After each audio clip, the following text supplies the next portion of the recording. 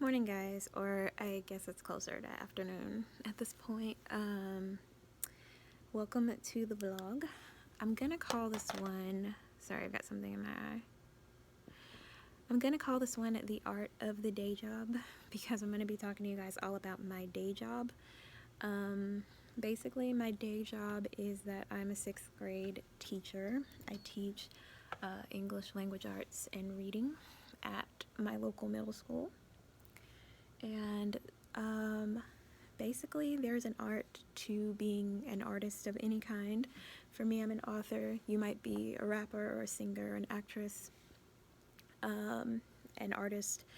There's an art to being an artist and having a day job. So basically, I did not know this last year because I let my day job consume my whole life. And so I did not write at all.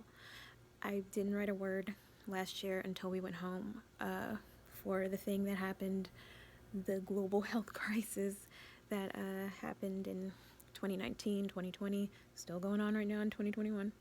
But yeah, so that was the first time I had written anything that year because I just got so swept up in my day job because my day job is as a teacher, it's kind of all consuming if you let it be. And so I figured out ways to not let it be, and that's what I'm going to be sharing with you guys right now. Basically, it was really simple. I just needed to have a balance in my life.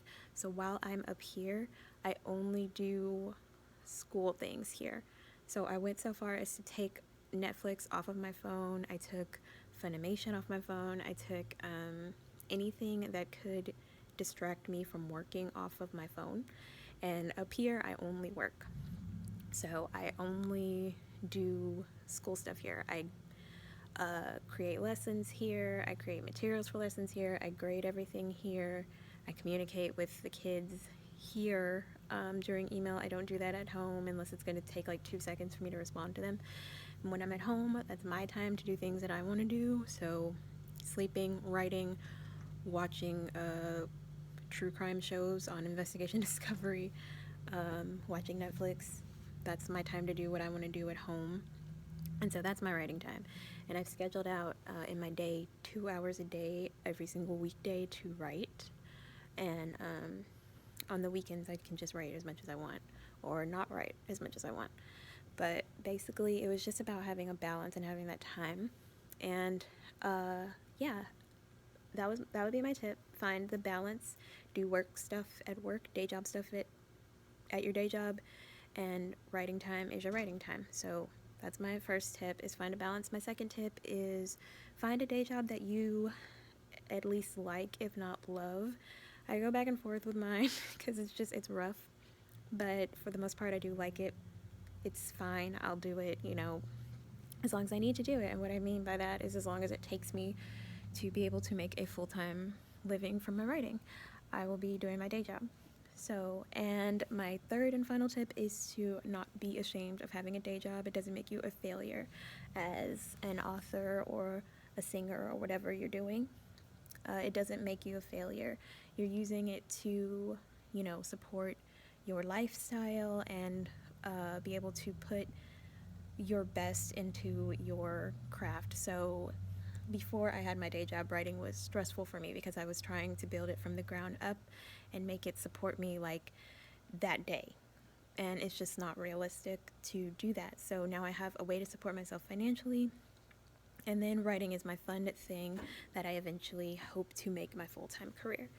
But I'm not putting so much pressure on myself, and as a result, my art is so much better. I have noticed such a difference in my writing. So that is basically the art of the day job.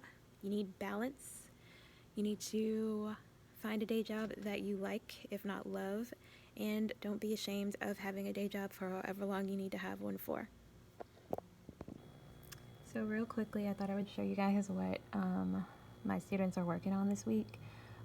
We do these things called bell work. They're like warm-ups type things that they do every day to kind of go back over skills they should know and things that we've worked on before in class or that they learned in like an earlier year. Sorry, this is hard. I'm trying to get there and show you. But yeah, they're little warm-ups. So for instance, today, I'm just going to go to a random one.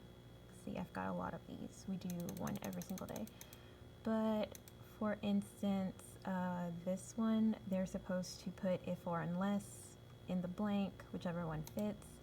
For this one, they're coming up with an antonym for each word. For this one, they're just correcting the sentence, and it's just stuff like that. Deciding which one of these is a fact and which one's an opinion. So that's what bell work is. So they did that. We are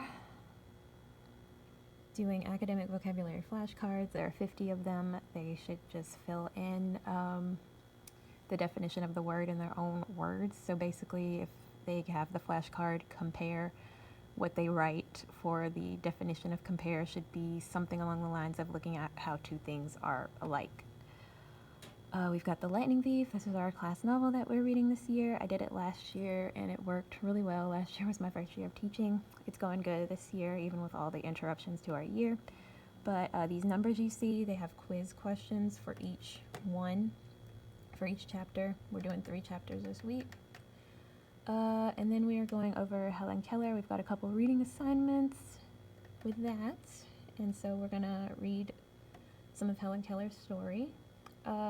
Free write, they're basically just writing their own story. It's got to be at least 5 paragraphs. And they're doing that today. And then Achieve 3000 is just our literacy builder type thing. These are their directions for that. They're just going to Achieve 3000, reading the story that I tell them to read, answering the questions for the story, and then they've got a graphic organizer that they need to fill out that is all about making inferences. So that's what they're doing this week. And I'm not going to be here on Friday because I'm going to take the second half of my vaccine for that thing that sort of like that global health crisis thing I was talking about earlier. I'm going to go take my second half of my vaccine for that, so I'm not going to be here on Friday. So I've been in the process of making a lesson up for them on Friday. They're probably just going to do one of those Helen Keller stories if we don't get to it in the week, because I planned out for 5 days thinking that I was going to be here for 5 days, not, forgetting that I had to go to my appointment. So they'll probably just do one of those just solo. It's the way it's set up in our online textbook is it's a story, then they've got vocabulary where they look at the vocabulary in depth, use each word in a sentence, match the word to the definition. They've also got a quiz, 10-question quiz, and then 5 short answer questions. So they might just do that. And then since I have some kids that like to rush, I want to have something else for them to do besides just read your library book. If they finish the second thing, they'll read their library book. But the second thing is basically I'm going to make a 50-question quiz just over things that they should already know, basically. Let me see if I can show you real quick. Hold on. I'm going to show you what I have so far. Okay, so this is what I have so far. I'm just calling it Fundamentals Quiz 3 because we've already done 2 quizzes like this in the past where it's just kind of cumulative stuff. And basically they just pick the right answer. What's the setting? What's the plot? What's the point of view? What's the protagonist? And then I've got a couple short answer in here so far. Fiction, poetry, nonfiction, drama, mood and voice. Yeah, so that's just what I've got so far. And I'm gonna come up with 50 questions. I think I've got around 13, but I've got a long time to get it done. And then I'll just create a link to it and post it in Google Classroom because my school uses Google Classroom. We're a one-to-one school. Finally, we're a one-to-one school. And here, let me just show you real quick. So yeah, all the kids have Chromebooks, which makes doing your stuff, all your stuff at school, so much easier.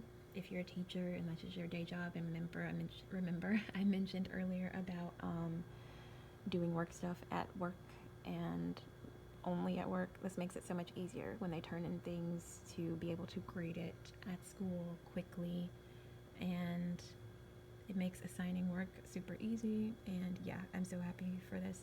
But the first half of the school year, we were not a one-to-one school, and I was still doing it, only doing stuff at school and not taking any of it home. So that's, it's possible even if you're not a one-to-one district like my district. But yeah, I'm going to continue to work on this so that I have ample time at home to write. And yeah, I'm going to go for now, and I will talk to you guys later.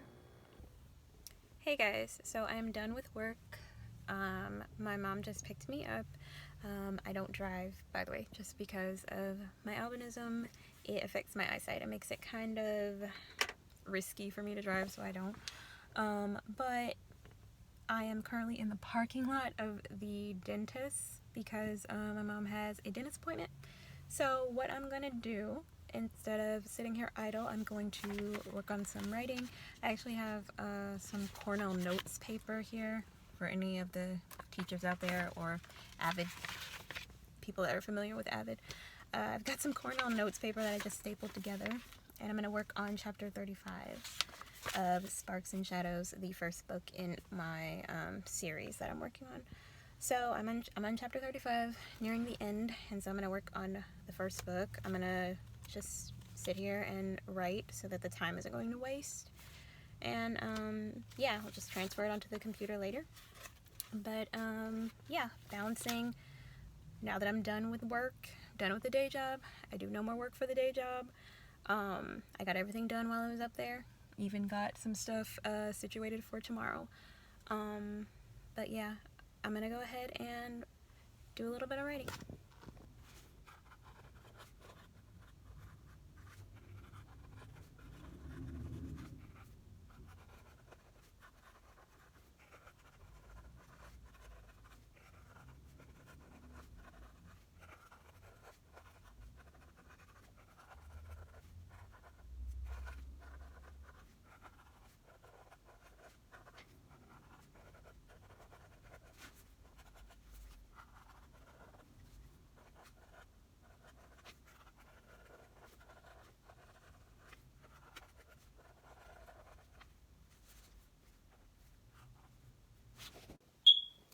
Okay guys, so I'm back home now. Excuse my makeup throughout this whole vlog. I'm sorry. We have to wear masks at work, so yeah, stuff just rubs off and stuff underneath. But anyway, I'm back home now. It's couple hours later. I've got my writing that I managed to do in the car. I managed to get around 2 pages written. So I'm thinking that's probably maybe 200, 250, maybe 300 words at the most. I'm gonna type it up and add it to Sparks and Shadows. I was calculating because I have a certain word count I want to hit for this and a certain amount of chapters that I want to hit for this, and so I need about 6,000 more words to be happy and satisfied. I think that's what it's going to take for me to wrap up book 1. And today's Monday, so if I write 1,000 words a day, I can be done with it by like Saturday afternoon. So yeah, I'm super excited to do that. So I'm gonna just work on that for the rest of the evening. Just probably sit down and knock it out real quick.